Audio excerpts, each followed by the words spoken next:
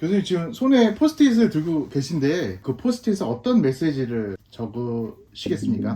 예, 인터뷰를 하면서 생각해 볼게요. 예, 인터뷰의 결론을 써볼게요.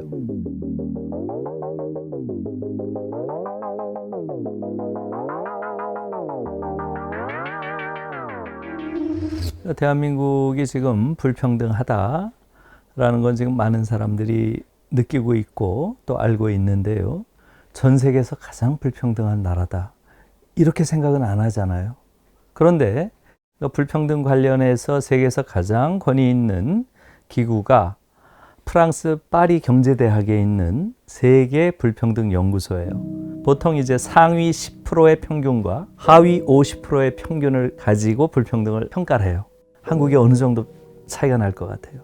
무려 52배 차이가 난다는 거예요. 52배. 지금까지 자본주의 역사에서 가장 불평등한 그 사례가 레미제라블이라고 하는 빅토르 위고의 소설이죠. 그 배경이 됐던 시대, 프랑스 대혁명 시기죠. 그 시기에 불평등이 피케티 베타 지수라는 걸 가지고 측정을 해보니까 7.2라고 합니다. 지금 한국의 불평등 지수는 약 9 정도가 나온다는 거예요. 지금 오늘날 한국처럼 이 정도의 불평등을 가진 나라는 없다. 이렇게까지 이야기하는 수준인 거죠. 가장 큰 원인은 어디에 있겠어요? 한국은 자유시장 경제를 지지하는 자들이 90%가 넘는 그런 의회를 가진 유일한 나라예요. 이 자본주의 사회에서 시장을 어떻게 할 것인가라는 게 가장 중요한 것인데 자유롭게 내깔려 두자. 이게 두 당이 똑같잖아요. 그렇기 때문에 지금 한국에서는 시장이 인간을 잡아먹는 대표적인 케이스예요. 바로 이 잡아먹힌다란 말이 바로 불평등과 실업을 뜻하는 거예요. 입소스라고 하는 세계적인 여론조사기관이 있어요. 28개국 2만 6천 명을 대상으로 12개 항목에 걸쳐서 했습니다. 한국이 무려 7개 항목에서 1등을 했어요.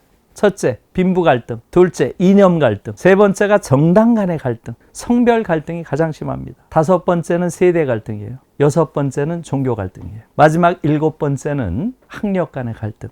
이렇게 갈갈이 찢겨져 있는 사회이지만 이 사회의 구성원 거의 대다수가 공유하고 있는 이념이 있어요. 능력주의입니다.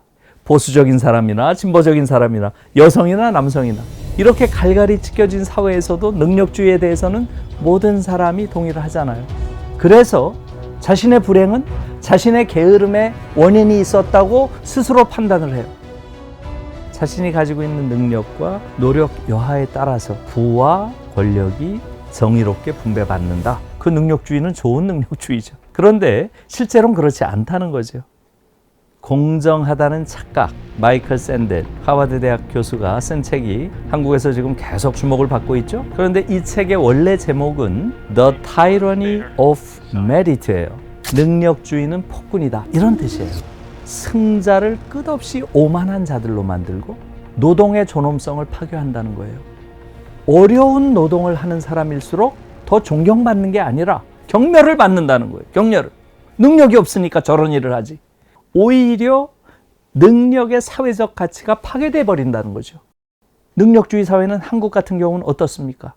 어느 대학을 나왔는가? 이걸 능력이라고 쳐요. 만약에 그게 그렇다면 재능과 노력에 의해서 학력이 결정되는가? 그런데 그렇지 않다는 거죠. 예를 들어서 한국의 스카이가 어떤 계층의 아이들이 들어가나요? 사교육비가 대체로 최상위 그룹과 최하위 그룹의 대체로 10배 이상 차이가 난다는 거 아니에요? 주머니의 지갑, 부의 부피에 따라서 정확하게 비례한다는 거예요. 그러면 그런 기울어진 운동장에서 과연 어떤 것이 올바른 능력이죠?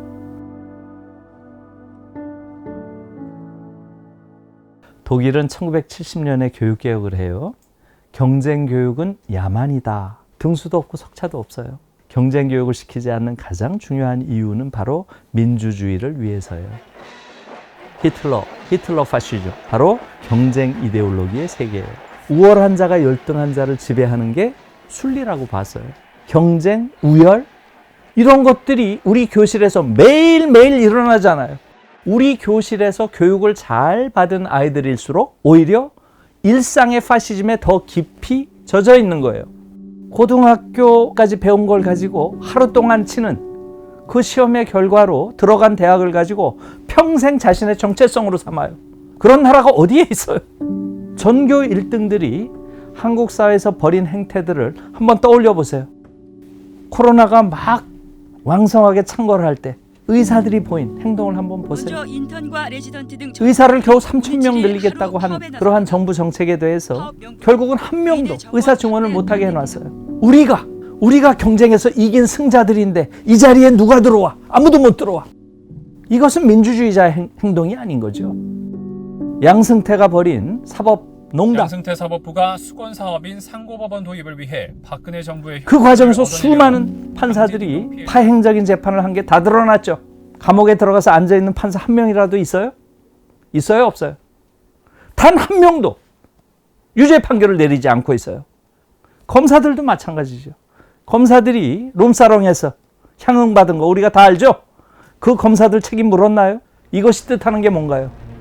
한국 사회의 전교 1등들이 벌인 이러한 행태들은 우리 교육이 얼마나 잘못된 그러한 오만한 파시스트들을 길러냈느냐 하는 것을 보여주는 겁니다.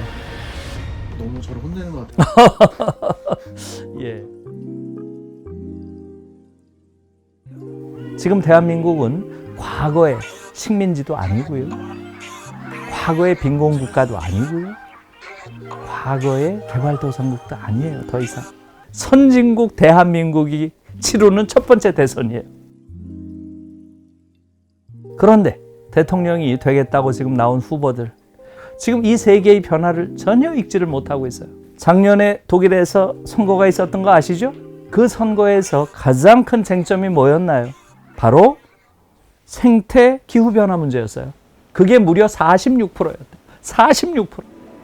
미래 세대가 살아갈 이 지구를 더 이상 망가뜨려서는 그들이 살 수 없다. 그런데 지금 지금 대통령 선거 한번 보세요. 지금 젊은이들이 살아갈 이 미래의 지구, 여기에 대해서 걱정하는 사람이 있나요? 본 적 있어요? 신경 쓰는 정치인이 하나도 없어요. 저는 그래서 젊은 아이들에게 그 말을 합니다. 여러분들이 지금 절대로 해서는 안 되는 것은 어른들을 믿는 것이다. 특히 한국의 어른들은 믿지 마라. 한국의 어른들은 여러분들 미래에 관심이 없다.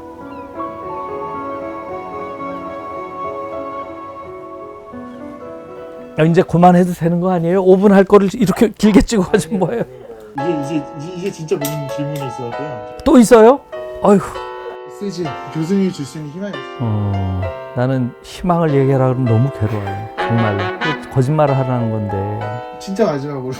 또 있어요? 아니 아까 그 동안에도 힘들었는데 최근에 무슨 절망적인 최근에 봤던 가장 절망적인 뉴스는